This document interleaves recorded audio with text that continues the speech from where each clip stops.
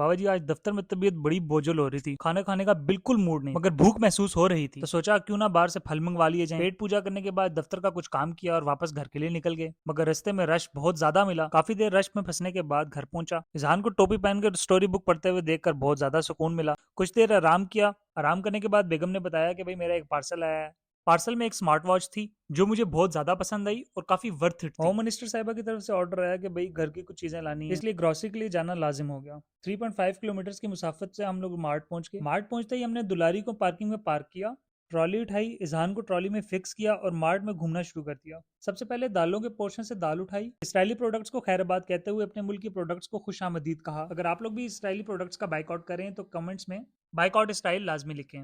खैर फिर हमने लिफ्ट का बटन दबाया और फिर दीवारें चीन जितनी लंबी लाइन में लग गई।